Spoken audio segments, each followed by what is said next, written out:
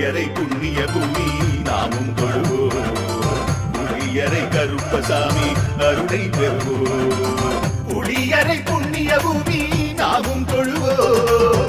புளியரை கருப்பசாமி அருளை பெறுவோம். வெள்ளை குதிரை ஏறி வரும் கருப்பசாமிதான், வெற்றி மாலை சூடி வரும் கருப்பசாமிதான், கட்டமெல்லாம் தீர்க்க வரும் கருப்பசாமிதான்.